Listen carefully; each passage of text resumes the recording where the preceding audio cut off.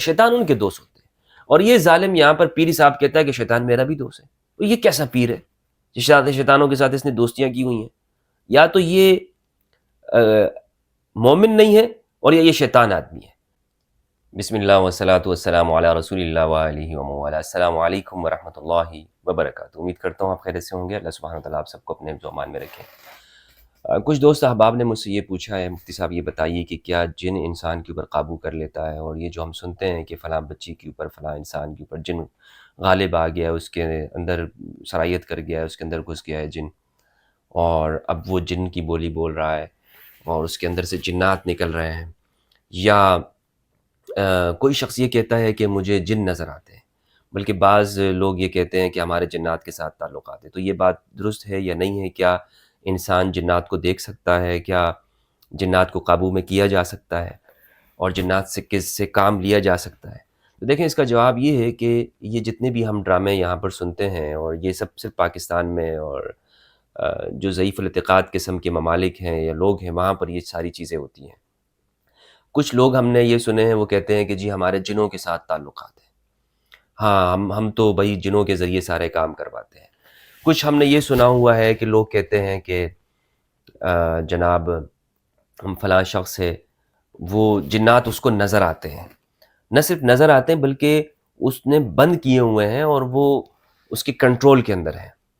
تو یہ یاد رکھیے گا کہ اگر ہم قرآن مجید کا مطالعہ کریں تو قرآن مجید ایسی ہر بات کی نفی کرتا ہے، یعنی اس بات کی کہ یہ جو کہتے ہیں کہ میرے جنوں کے ساتھ تعلق ہے، اول مومن آدمی کے جنوں کے ساتھ تعلقات نہیں ہوتے، یعنی جنوں کے ساتھ اس طور پر تعلقات، دوستیوں والے تعلقات، اس کے ذریعے سے کام نکالنے والے جو طریقے ہوتے ہیں۔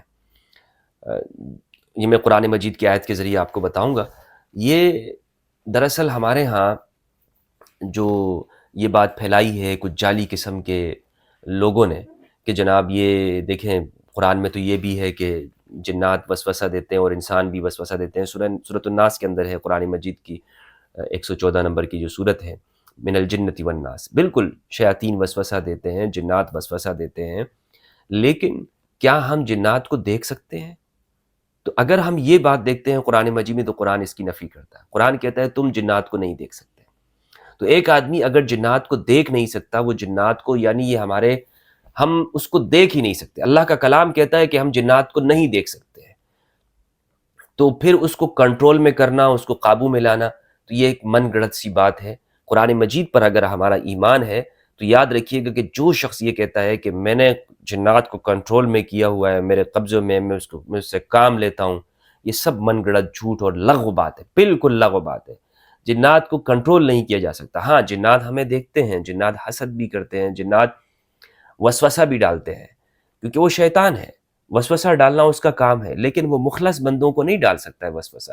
اللہ کے نبیوں کو نہیں دے سکتا، ائمہ کو نہیں دے سکتا، امام علی کو نہیں دے سکتا، ائمہ اطہار کو نہیں دیتا ہے، اولیاء کاملین کو نہیں دیتا ہے۔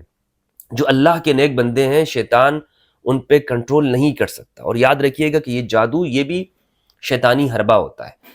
تو اللہ کے نبی کے اوپر جس طرح شیطان کنٹرول نہیں کر سکتا، اسی طرح نبیوں کے اوپر، ولیوں پر، ائمہ کے اوپر جادو بھی نہیں ہوتا ہے، اور شیطان بھی ان کے اوپر غلبہ نہیں پا سکتا ہے۔ قرآن مجید کے اندر ہے سورۃ نمبر 7 الاعراف آیت نمبر 27، اللہ سبحانہ وتعالیٰ نے فرمایا اعوذ باللہ من الشیطان الرجیم بسم اللہ الرحمن الرحیم، یا بنی آدم، اے آدم کے بچوں، لا یفتننکم الشیطان کما اخرج ابویکم من الجنۃ ینزع عنہما لباسہما لیریہما سوآتہما انہ یراکم ہوا وقبیلہ من حیث لا ترونہم انا جعلنا الشیاطین اولیاء للذین لا یؤمنون۔ اس کا ترجمہ ہے اے بنی آدم، دیکھنا کہیں شیطان تمہیں بہکا نہ دے، جس طرح تمہارے ماں باپ کو بہکا کر بہشت سے نکلوا دیا تھا اور ان سے ان کے کپڑے اتروا دیے تھے تاکہ ان کا پوشیدہ جسم ان کو کھول کر دکھا دے۔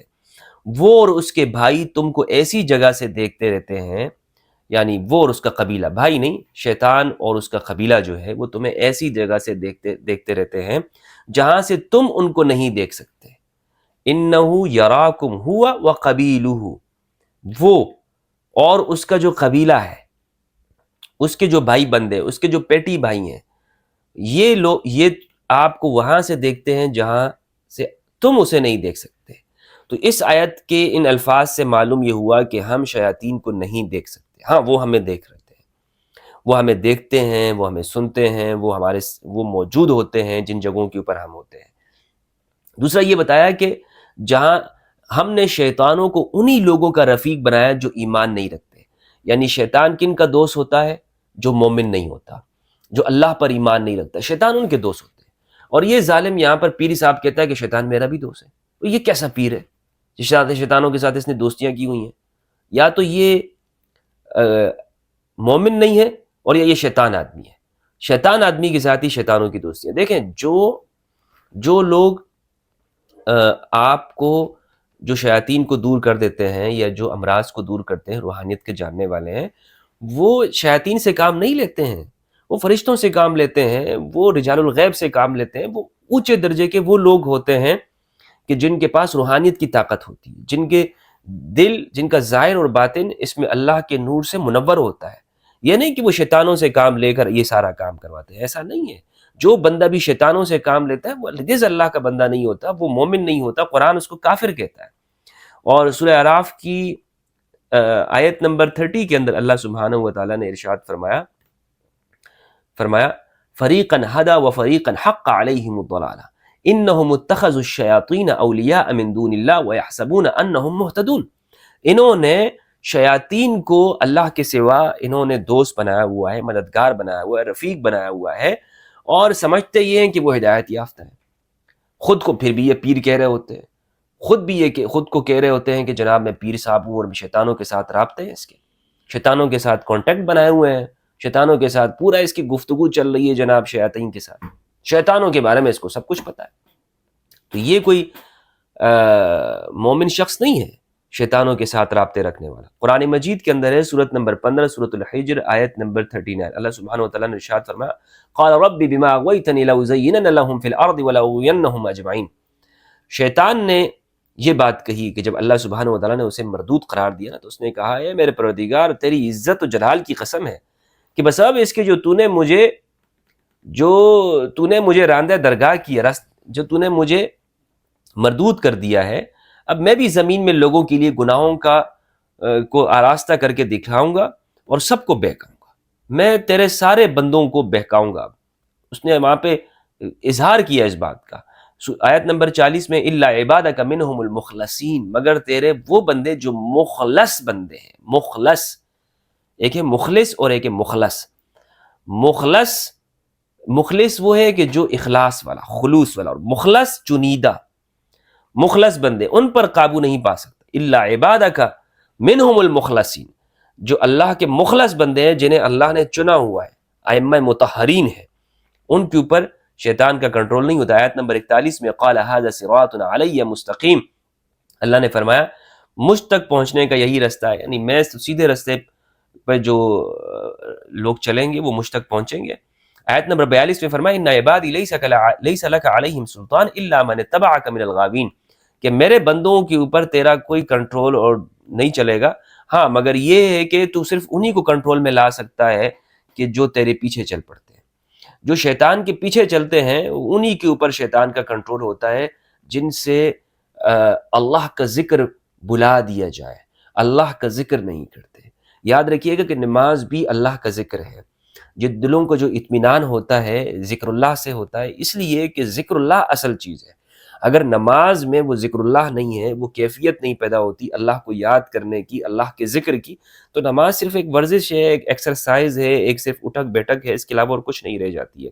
اصل چیز جو ہے وہ ذکر اللہ، اور جب ذکر اللہ ہوتا ہے، ذکر اللہ کیا جاتا ہے، تو ذکر اللہ کی برکت سے جب باطن اس میں اللہ کے نور سے منور ہو جاتا ہے، روشن ہو جاتا ہے، تو پھر جتنی بھی دنیا کی جو کائنات ہے، یاد رکھیے گا کہ جب انسان اللہ کا ہو جائے تو جتنی بھی مخلوقات ہیں وہ انسان کے کام میں لگ جاتی ہیں، وہ کوئی بھی طاقت ہو وہ انسان کے کام میں ہوتی ہے۔ لیکن اگر انسان وہ اللہ سے دور ہو جائے، ذکر اللہ سے دور ہو جائے، تو پھر وہ یہ کہتا ہے جناب میرا یہ کام بھی نہیں ہو رہا، میرا یہ مسئلہ بھی نہیں ہو رہا، پھر وہ پیروں فقیروں اور ان لوگوں کے پیچھے بھاگتا ہے، اصل میں ذکر اللہ سے دور ہے۔ تو اصل پیر وہ ہے کہ جو ذکر اللہ کی تعلیم دیتا ہے۔ اصل پیر وہ نہیں ہوتا جو آپ کو ڈراتا ہے، جو آپ کو دھمکاتا ہے، جو آپ کو کہتا ہے کہ تیرے اوپر شیطانوں کا حملہ ہے، تیرے اوپر جو ہے وہ جنات نے یہ کیا ہوا ہے، گھسا ہوا ہے جنات. بہت سارے لوگ ہیں دیکھیں، خواتین کے اوپر اکثر جنات جو ہے وہ چڑھ جاتے ہیں، جناب یہ اس کے اوپر عاشق ہو گیا. یہ کون سی منطق ہے بھائی؟ اس کے اوپر عاشق ہوا ہے. اگر تم اللہ والے ہو تو تمہاری پاور ہونی چاہیے. اگر اللہ والے ہو تو تمہارے ذکر اللہ میں جو طاقت ہے وہ شیطانی طاقت قوت میں کہاں ہے؟ شیطانی قوت میں قرآن مجید کہتا ہے کہ جب قرآن مجید یہ کہتا ہے کہ ذکر اللہ سے دلوں کو اطمینان ہوتا ہے، تو یہ ممکن ہی نہیں ہے کہ قرآن گارنٹی دے رہا ہو کہ ہمارے قلب کو، ہمارے باطن کو وہ ذکر اللہ سے اطمینان ہو اور پھر ہمیں اطمینان نہ پہنچے، پھر ہمارے یہ جو شیطان ہے یہ بھاگے نہیں.